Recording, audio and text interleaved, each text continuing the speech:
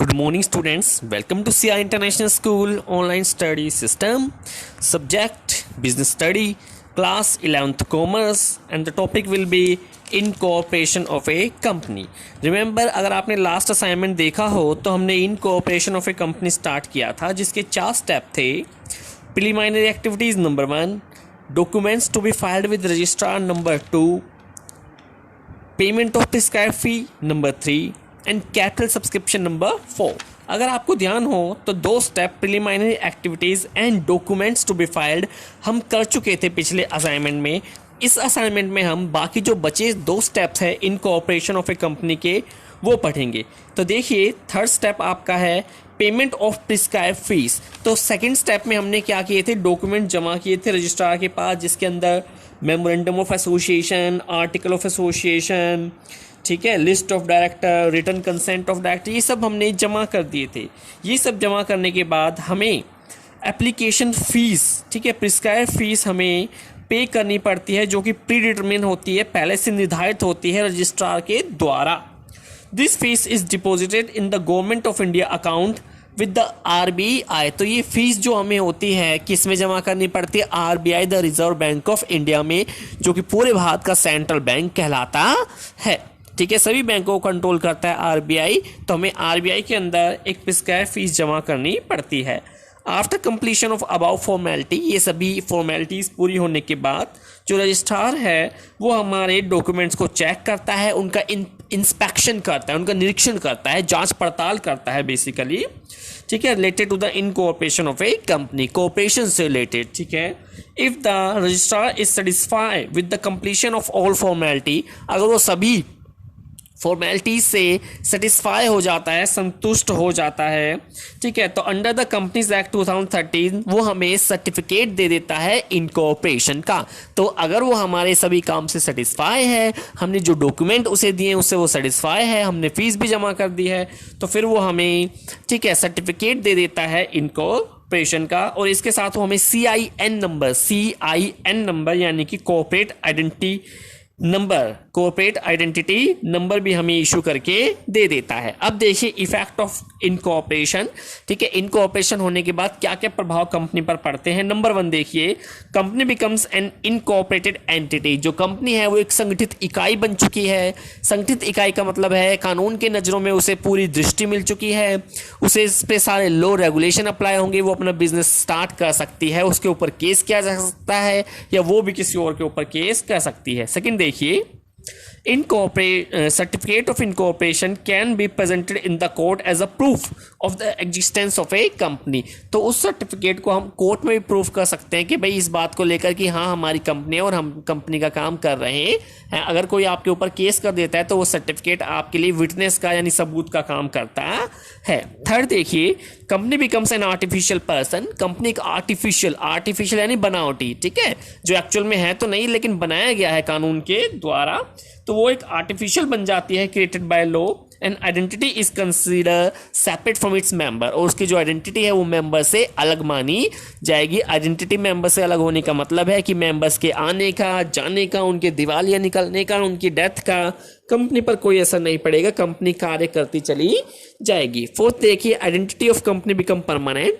जो कंपनी की आइडेंटिटी है, ठीक है, जो एग्जिस्टेंस है वो परमानेंट, स्थायी तौर पर उसका बन जाएगा.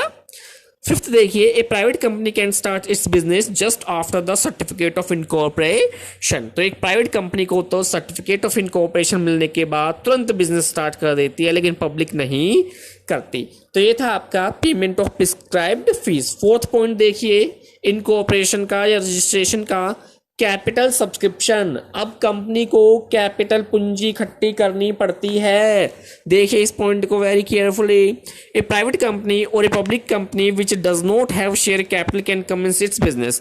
तो अगर कंपनी को शेयर कैपिटल इशू नहीं करनी तो वो सीधा बिजनेस स्टार्ट कर सकती है, लेकिन अगर उन्हें शेयर इशू करने हैं, कैपिटल इशू करनी है, तो अभी वो बिजनेस स्टार्ट नहीं कर सकती. ठीक है। So hence capital subscription stage and commencement of business stage apply only to public company with share capital. तो फोर्थ पॉइंट देखिए बेटे, जो शेयर कैपिटल सब्सक्रिप्शन वाला है मैं बता देता हूँ किस पर अप्लाई होगा। वो होगा केवल पब्लिक कंपनी पर, यानी गवर्नमेंट कंपनी पर, और वो भी वो गवर्नमेंट कंपनी जो अपने शेयर को आम जनता में इशू करेगी। ना प्राइवेट कंपनी के लिए ये फोर्थ स्टेज कंपलसरी है और ना गवर्नमेंट कंपनी के लिए जो शेयर इशू नहीं करेगी। केवल उस गवर्नमेंट कंपनी के लिए जरूरी है जो शेयर इशू करेगी, वो भी कहां, आम जनता में। देखिए आगे point, under the capital subscription stage a promoter has to follow the various function. देखिए प्रमोटर्स को क्या क्या करने पड़ते हैं। The company issue prospectus, company अपना प्रोस्पेक्टस प्रविवरण इशू करेगी जिसमें सारी जानकारी, सारा ब्यौरा दिया जाएगा कि कितने शेयर किस रेट पर है, किस टाइप के शेयर हैं, ये सब आपको बताई जाएगी। तो बेटे जो कंपनी होगी वो प्रोस्पेक्टस इशू करेगी जनरल पब्लिक में, and one copy of this is send to the registrar, और इसकी एक कॉपी को रजिस्ट्रार के पास भेजेगी। The banker receive the application, जो एप्लीकेशन है वो बैंकों के पास आती है, डायरेक्ट कंपनी के पास नहीं आती। If the company receive minimum subscription amount, तो कंपनी बेटे देखिए जितने भी शेयर इशू कर रही है, सोच के चलिए मान लो 1 लाख शेयर इशू किया, तो मिनिमम सब्सक्रिप्शन अमाउंट कितना होगा, 90%, यानी 1 लाख का 90% होता है 90,000। 90,000 आपका मिनिमम सब्सक्रिप्शन अमाउंट कहलाएगा।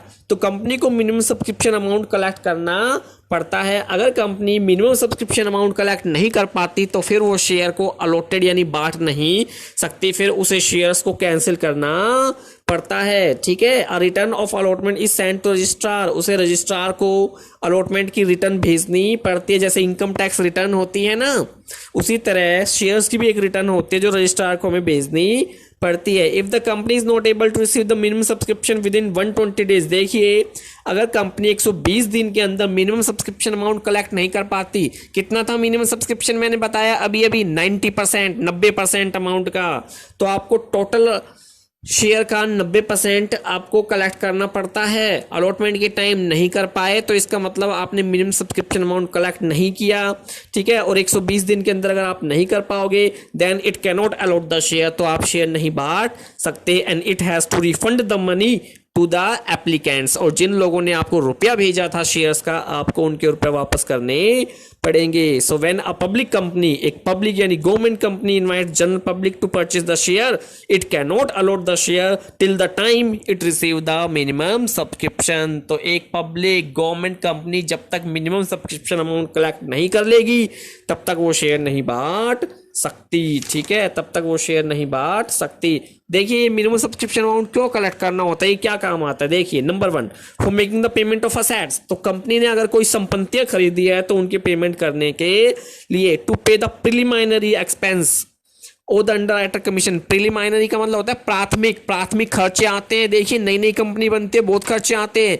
स्टेशनरी आपको लानी पड़ती है, ऑथराइज्ड कैपिटल पर स्टैंप ड्यूटी आपको पे करनी पड़ती है। ठीक है, रेंट वगैरह पे करना पड़ता है, तो प्रिलिमिनरी एक्सपेंस काफ़ी होते हैं, तो उनकी पेमेंट के लिए उन्हें मिनिमम सब्सक्रिप्शन अमाउंट कलेक्ट करना पड़ता है। थर्ड देखिए to repay the amount borrowed from the above, borrowed मतलब उधार लेना या लोन लेना। तो अगर कंपनी ने कोई लोन ले रखा था पहले से ही असेट्स परचेस करने के लिए या प्रीमियम एक्सपेंस को पे करने के लिए, तो उस लोन को वापस पे करने के लिए भी मिनिमम सब्सक्रिप्शन अमाउंट कलेक्ट करना पड़ता है। और फोर्थ है फॉर वर्किंग कैपिटल, वर्किंग यानी कि चालू पूंजी, यानी कंपनी को डे टू डे ऑपरेशन में चलाने के लिए रुपए की आवश्यकता पड़ती है। ये रुपए कहां से आएगा, मिनिमम सब्सक्रिप्शन अमाउंट से आएगा। ठीक है, आगे देखिए amount for the minimum subscription is consider only the amount received in cash. तो बेटे मिनिमम सब्सक्रिप्शन में जो कैश रिसीव किया ना कंपनी ने, केवल वही आएगा, कोई और अमाउंट इसमें शामिल नहीं होगा चेक वैक वाला। तो कैश के जरिए ही आपको पे करना पड़ता है। If any company which share capital is not issuing the prospectus then company must send to a statement in lieu of prospectus. तो बेटे कई बार अगर कंपनी प्रोस्पेक्टस इशू नहीं करती तो इसके बदले में, ठीक है, इसकी बजाय, इसकी जगह, इन ल्यू ऑफ प्रोस्पेक्टस की जगह, ठीक है, उसे रजिस्ट्रार को कंसेंट देनी पड़ती है। ठीक है, फर्स्ट अलॉटमेंट से पहले। तो अगर वो प्रोस्पेक्टस नहीं शामिल करती तो उसे क्या करना पड़ेगा, ए statement in lieu of prospectus, एक स्टेटमेंट भेजनी पड़ेगी। ठीक है, प्रोस्पेक्टस की जगह। ठीक है, जिसमें आपकी फर्स्ट अलॉटमेंट के बारे में पता होगा और डिबेंचर के बारे में पता होगा। After this the company has to complete the allotment, इसके बाद कंपनी ने जो शेयर